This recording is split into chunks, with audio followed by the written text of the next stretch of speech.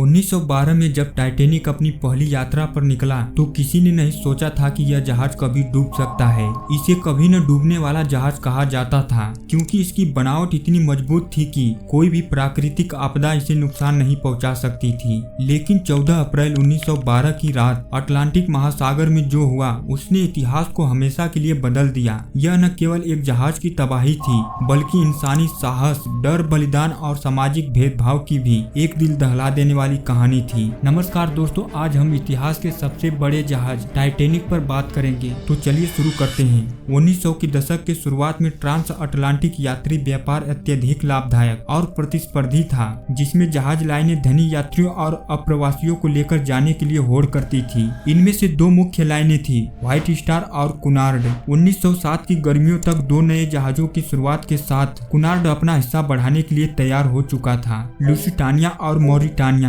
जो उस वर्ष के अंत में सेवा में आने वाले थे, दोनों यात्री लाइनर पर अपनी अपेक्षित गति के लिए बहुत ध्यान आकर्षित कर रहे थे।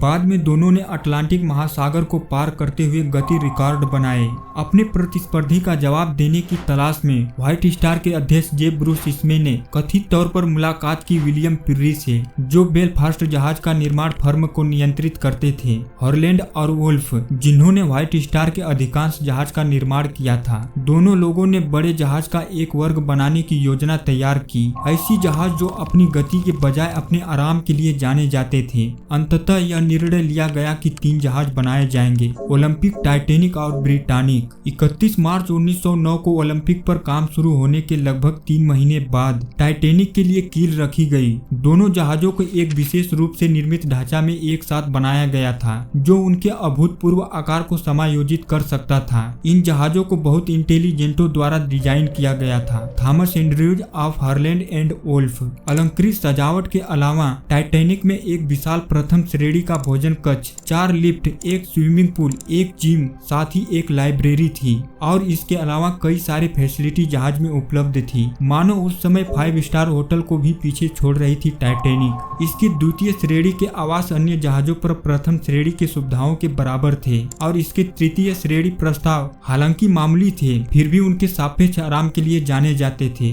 सुरक्षा तत्वों के अनुसार टाइटैनिक में 16 डिब्बे थे, जिनमें दरवाजे शामिल थे और उन्हें पुल से बंद किया जा सकता था ताकि पतवार टूटने की स्थिति में पानी को रोका जा सके। हालांकि उन्हें जलरोधी माना जाता था। जहाज के निर्माताओं ने दावा किया कि 16 डिब्बों में से अगर 4 डिब्बों में भी पानी भर गया तो भी ये जहाज तैरता रहेगा। इस प्रणाली के कारण कई लोगों ने दावा किया कि टाइटैनिक कभी डूबने वाला नहीं था। अपनी पहली यात्रा पर निकलने की तैयारी करते समय टाइटैनिक दुनिया के सबसे बड़े और सबसे शानदार जहाजों में से एक था। इसका रजिस्ट्रेशन भार यानी वहन क्षमता 46,300 टन था और जब जहाज पूरी तरह से लदा हुआ था तो इसका वजन 52,000 टन से अधिक था। टाइटैनिक लगभग 269 मीटर लंबा और 28.2 मीटर चौड़ा था। 10 अप्रैल 1912 को टाइटैनिक ने अपनी पहली यात्रा शुरू की, जो इंग्लैंड के साउथहैम्पटन से न्यूयॉर्क के लिए रवाना हुआ। इसमें करीब 2,224 लोग सवार थे, जिनमें से करीब 1,300 यात्री थे। यात्रियों में अमीर व्यापारी, उच्च समाज के लोग, मध्य वर्गीय परिवार और तीसरी श्रेणी के प्रवासी शामिल थे, जो अमेरिका में एक नई जिंदगी शुरू करने का सपना देख रहे थे। लेकिन उन्हें क्या पता कि उनकी ये आखिरी रात होने वाली है। मिलीनियर स्पेशल नाम से मशहूर, जिन्हें अमीर यात्रियों के बीच उनकी लोकप्रियता के कारण करोड़पति का कप्तान के रूप में जाना जाता था। व्हाइट स्टार लाइन के सबसे वरिष्ठ कप्तान एडवर्ड जॉन स्मिथ को टाइटैनिक की कमान संभालने के लिए ओलंपिक से स्थानांतरित किया गया था। हेनरी टिंगलवाइल्ड भी चीफ मेट का पद संभालने के लिए ओलंपिक से आए थे। 14 अप्रैल की शाम टाइटैनिक आइसबर्ग वाले क्षेत्र के पास पहुंचने लगा। स्मिथ ने जहाज के मार्ग को थोड़ा बदलकर दक्षिण की ओर आगे बढ़ा दिया। हालांकि उन्होंने जहाज की गति को लगभग 22 समुद्री मील बनाए रखा। आसान भाषा में बोले तो 40 किलोमीटर प्रति घंटे के हिसाब से चल रहे थे। रात करीब 9:40 पर मेसाबा ने बर्फ के मैदान की चेतावनी भेजी। यह संदेश टाइटैनिक के पुल तक कभी नहीं पहुंचा। यह लोग हर वार्निंग को इग्नोर करते रहे। लास्ट वार्निंग 10:55 पर आती है। कैलिफोर्नियन ने संदेश भेजा कि बर्फ से घिर जाने के कारण वह रुक गया है। फिलिप्स, जो यात्रियों के संदेश संभाल रहे थे, उन्होंने कैलिफोर्नियन को बीच में बोलने के लिए डांटा। 14 अप्रैल की रात के बारे में खास बात यह है कि चांद बाहर नहीं आया था। बिना मून के कोई मून लाइट नहीं थी, तो दूर तक देखना भी मुश्किल हो गया गया था। 2 चौकीदार फ्रेडरिक फ्लीट और रेजिनाल्ड ली टाइटेनिक के कौवे के घोंसले में तैनात थे। आसान भाषा में बोले तो यह एक छोटा सा प्लेटफॉर्म रहता है जो काफी हाइट्स पर होता है। लुक आउट पॉइंट कर सकते हो। यहाँ पर किसी को बिठा कर रखा जाता है हमेशा, ताकि सामने जहाज के क्या आ रहा है वो नजर रखते रहे। तो यहाँ पर जो 2 लोग बैठे थे उन्हें बड़े ही ठंड का सामना करना पड़ रहा था, क्योंकि तापमान माइनस में चला गया था और तेज रफ्तार की वजह से ठंडी हवाएं लग रही थी।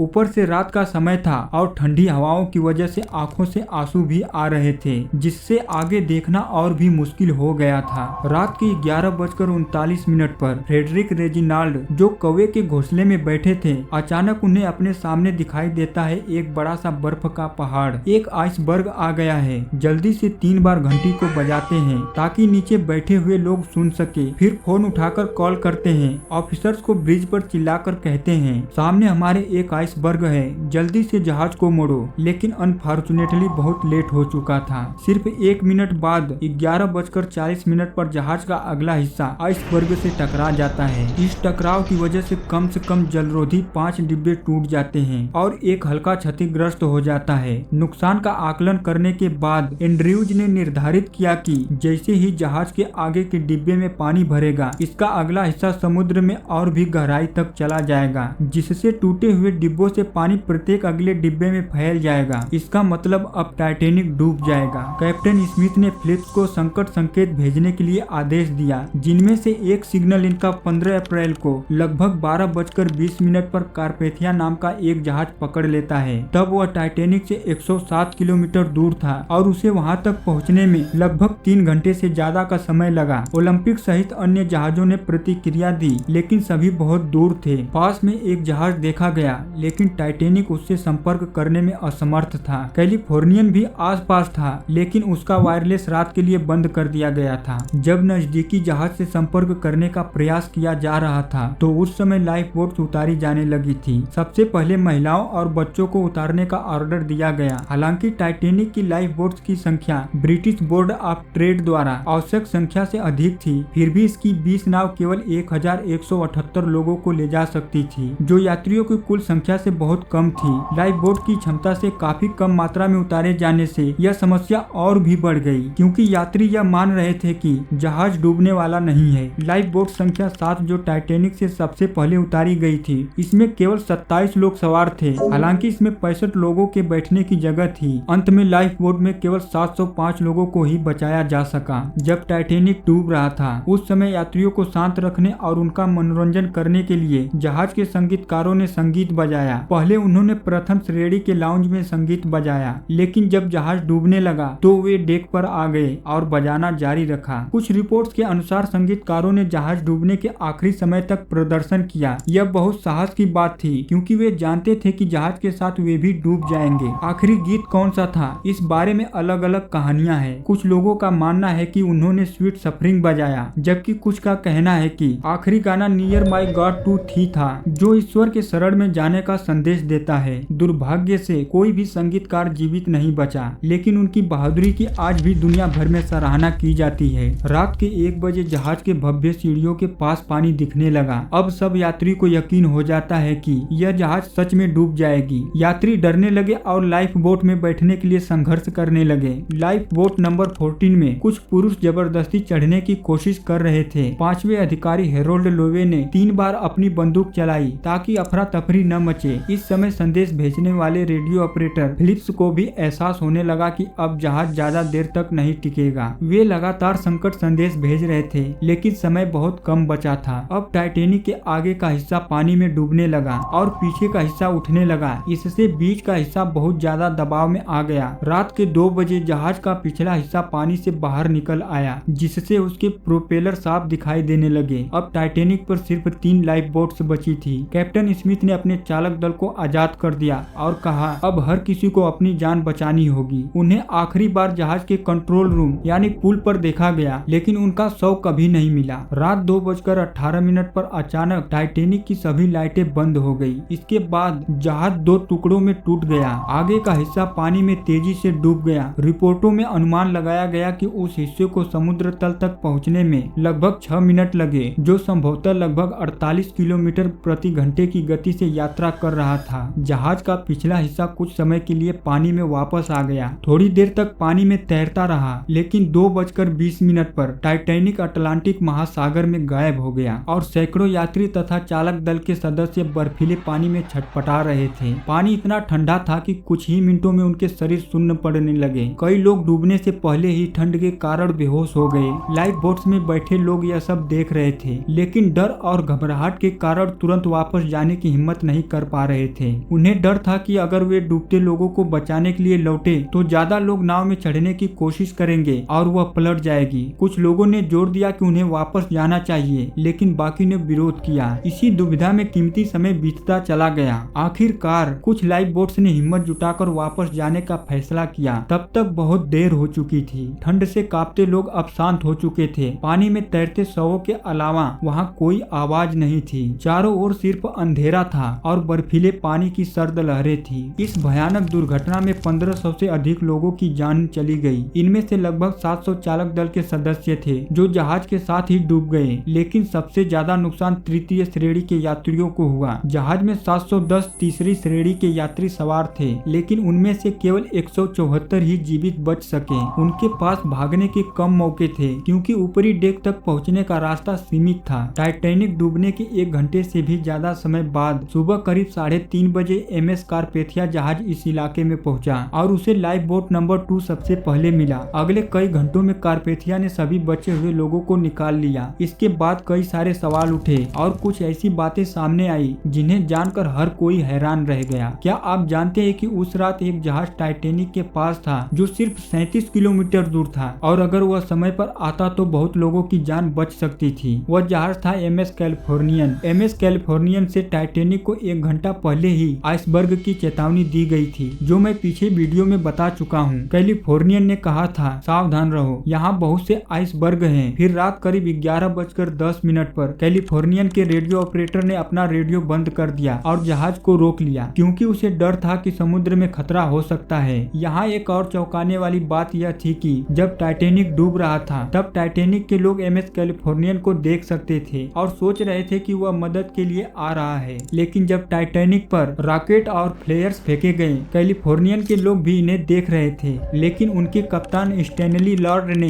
इन सिग्नल्स को सीरियसली नहीं लिया। उन्होंने सोचा कि शायद टाइटैनिक में लोग बस पार्टी कर रहे होंगे और यह कोई आपातकालीन संकेत नहीं है। अगर कैलिफोर्नियन के कप्तान ने उस सिग्नल्स को सही समय पर गंभीरता से लिया होता तो कितने सारे लोगों की जान बच सकती थी। अगले दिन जब MS कैलिफोर्नियन ने अपना रेडियो फिर से चालू किया तो उन्होंने टाइटैनिक के SOS कॉल सुनी, लेकिन तब तक बहुत देर हो चुकी थी। जब कैलिफोर्नियन वहां पहुंचा तो पानी में डेड बॉडीज तैर रहे थे। ब्रिटिश इंक्वायरी ने पता लगाया कि इतने वार्निंग्स मिलने के बावजूद जहाज की स्पीड कम क्यों नहीं किया गया। इसके पीछे कई थ्योरी है। बहुत लोग मानते हैं कि जोसेफ ब्रूस इसमें, जो व्हाइट स्टार लाइन कंपनी के चेयरमैन थे, यानी उस कंपनी के मालिक जिसने टाइटैनिक को बनाया था, उन्होंने कैप्टन स्मिथ पर दबाव डाला। उनका मानना था कि टाइटैनिक को सिर्फ 6 दिनों में अपनी यात्रा पूरी करनी चाहिए ताकि पुराने रिकॉर्ड को तोड़कर टाइटैनिक यह साबित कर सके कि यह जहाज दुनिया का सबसे बड़ा ही नहीं बल्कि सबसे तेज जहाज भी है, क्योंकि इसे बनाया ही गया था इसीलिए ताकि कुनार्ड जहाजों से आगे निकल सके। मैंने शुरू में ही बताया था, जब टाइटैनिक डूबा तब पूरी दुनिया को समझ में आया कि जहाजों की सुरक्षा सबसे जरूरी होती है। इसलिए 1914 में इंटरनेशनल आइस पेट्रोल बनाया गया, जो जहाजों को आइसबर्ग के खतरे के बारे में पहले से चेतावनी देता है। इसके अलावा सोलास नामक एक नया नियम बनाया गया जिसका फुल फॉर्म होता है सेफ्टी ऑफ लाइफ एट सी। इसके अंतर्गत हर जहाज में 24 आवर्स रेडियो और SOS सिग्नल ऑन हो ताकि संकट के समय जहाज दूसरों से संपर्क कर सके। टाइटैनिक दुर्घटना के बाद सभी जहाजों को सुरक्षा के कड़े नियमों का पालन करना अनिवार्य कर दिया गया ताकि फिर कभी ऐसा हादसा न हो, और रेडियो संदेश भेजने और प्राप्त करने के महत्व को समझाया गया। टाइटैनिक का टेस्ट कब और कैसे किया गया था? 31 मई 1911 को दोपहर 2:15 बजे लाखों लोगों की भीड़ इस अद्भुत जहाज को देखने के लिए जमा हुई थी। वहाँ कई बड़े बड़े लोग भी आए थे, जिनमें लॉर्ड पिर्री, जे पियरपोंट मॉर्गन और जे ब्रूस इसमें शामिल थे। टाइटैनिक को धीरे धीरे लेगन नदी में उतारा गया, लेकिन इसे सही से फिसलने के लिए रास्ते पर 22 टन साबुन और चर्बी डाली गई थी। यह देखकर वहां मौजूद सभी लोग खुशी से झूम उठे। इसके लगभग 1 साल बाद टाइटैनिक को पूरा कंप्लीट करने के बाद सी ट्रायल किया गया। जब कोई नया जहाज बनता है तो उसे समुद्र में चलाने से पहले यह देखा जाता है कि वह सही तरीके से काम कर रहा है या नहीं। इसे समुद्री परीक्षण या सी ट्रायल कहा जाता है। टाइटैनिक का समुद्री परीक्षण 2 अप्रैल 1912 को सुबह 6 बजे शुरू हुआ। उस समय मौसम बहुत खराब था, इसलिए इसे एक दिन के लिए रोकना पड़ा, लेकिन अगली सुबह मौसम साफ हो गया और फिर जहाज को चलाने का काम शुरू हुआ। इस दौरान कई बातें परखी गई। पॉइंट नंबर 1, गति की जांच। टाइटैनिक को अलग अलग स्पीड पर चलाकर देखा गया। पॉइंट नंबर 2, मोड़ने की क्षमता।